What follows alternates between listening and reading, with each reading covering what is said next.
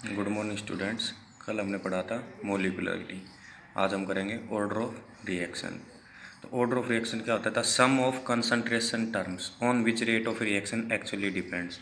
Concentration terms का sum जिस पे क्या होती है रेट ऑफ रिएक्शन डिपेंड करती है, उसको बोलते हैं order of reaction.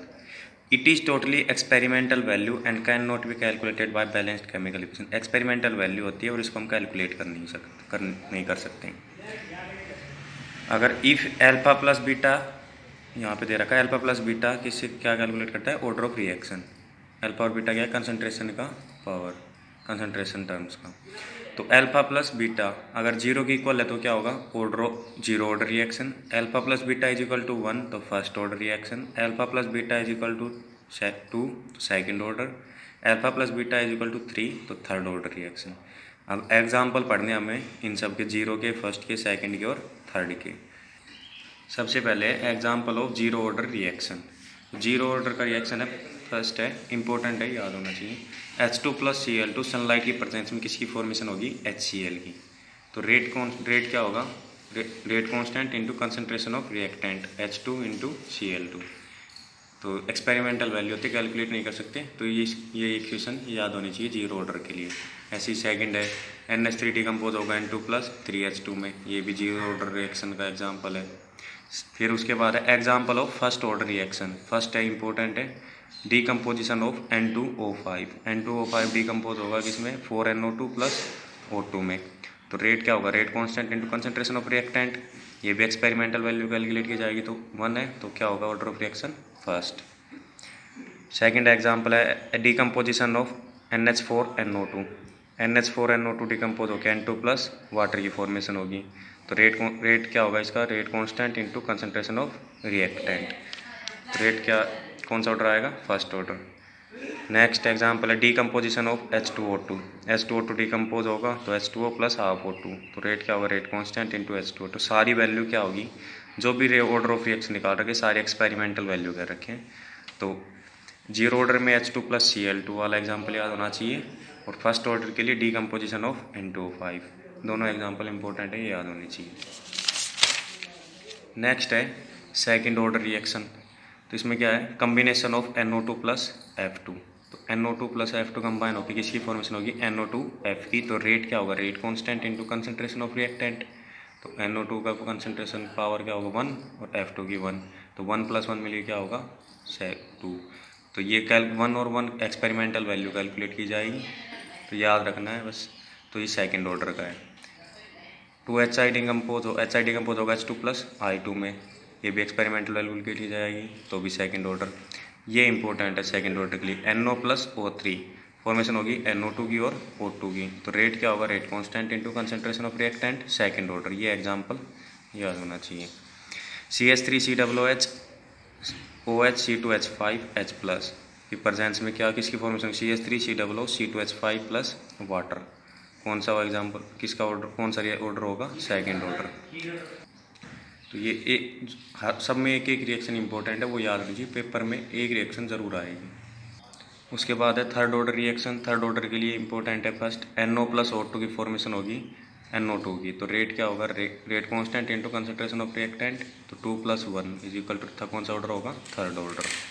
Second example है NO प्लस Br2, इसकी फॉर्मेशन होगी NOBr। तो रेट क्या होगा? Rate constant into concentration of reactant. तो NO का कंसंट्रेशन क्या होगा? 2, Br2 की 1। तो 2 प्लस 1 कौन सा ऑर्डर होगा? Third order. Fractional order reaction. Fractional order में क्या है? वो एग्जाम्पल है इसमें CH3COOH 773 गैलन, जब इसको हीट करेंगे तो किसकी फॉर्मेशन होगी? मीथेन और कार्बन मोनोऑक्साइड। तो रेट क्या होगा? Rate constant into concentration of reactant. इसमें कंसंट्रेशन क्या होगा? पावर क्या होगा? 1.5। एक्सपेरिमेंटली कैलकुलेट की जाएगी। तो ऑर्डर ऑफ रिएक्शन क्या है? 1.5। तो फ्रैक्शन में है तो फ्रैक्शनल ऑर्डर रिएक्शन। एग्जाम्पल है इसमें इंपॉर्टेंट है CO प्लस Cl2 फॉर्मेशन होगी COCl2 की। रेट क्या होगा? Rate constant into concentration of reactant. तो ऑर्डर ऑफ रिएक्शन क्या आएगा? 5/2, 2.5। तो भी क्या है? फ्रैक्शन में, तो फ्रैक्शनल ऑर्डर रिएक्शन है। उसके बाद यूनिट कैलकुलेट करनी है रेट कांस्टेंट के लिए। तो यूनिट्स ऑफ रेट कांस्टेंट, तो फर्स्ट है फॉर फर्स्ट ऑर्डर रिएक्शन के लिए क्या है? ये कोई भी रिएक्टेंट है, कन्वर्ट होगा प्रोडक्ट में। तो रेट क्या होता है? डायरेक्टली प्रोपोर्शनल होता है कंसंट्रेशन के। रेट का क्या होता है dx बाई डी टी, तो dx by D T directly proportional to concentration of reactant. Directly proportional को हटाने के लिए हमने क्या लिख दिया, के रेट कांस्टेंट, तो dx by D T is equal to K into concentration of reactant. तो कैलकुलेट करना है हमें रेट कांस्टेंट की यूनिट, तो k इज इक्वल टू क्या हो जाएगा, कंसंट्रेशन ऑफ रिएक्टेंट इन मल्टीप्लाई है तो इधर आएगा तो डिवाइड, तो dx by D T into 1 by concentration of reactant. तो dx बाई डी एक्स क्या है कंसंट्रेशन, dt क्या है टाइम, इंटू 1 बाई ये क्या है कंसंट्रेशन ऑफ रिएक्टेंट, तो 1 अपॉन कंसंट्रेशन। कंसंट्रेशन क्या होता है मोल पर लीटर, और टाइम यूनिट क्या होती है second, into 1 by mole per litre, तो मोल पर लीटर से मोल पर लीटर कैंसिल, तो क्या हो गया 1 बाई सेकेंड।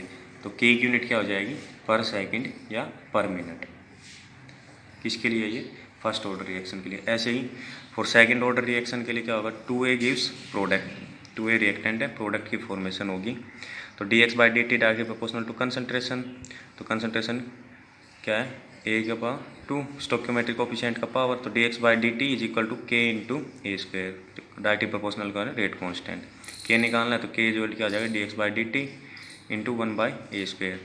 तो dx क्या होता है मोल पर लीटर, टाइम की unit second, multiply by 1 by A concentration, तो मोल पर लीटर, स्क्वायर है तो स्क्वायर, एक से एक मोल पर लीटर से एक मोल पर लीटर कैंसिल, तो बचेगा क्या पर लीटर है ऊपर जाएगा तो लीटर, मोल नीचे है तो पर मोल, और सेकंड ऊपर जाएगा तो पर सेकंड।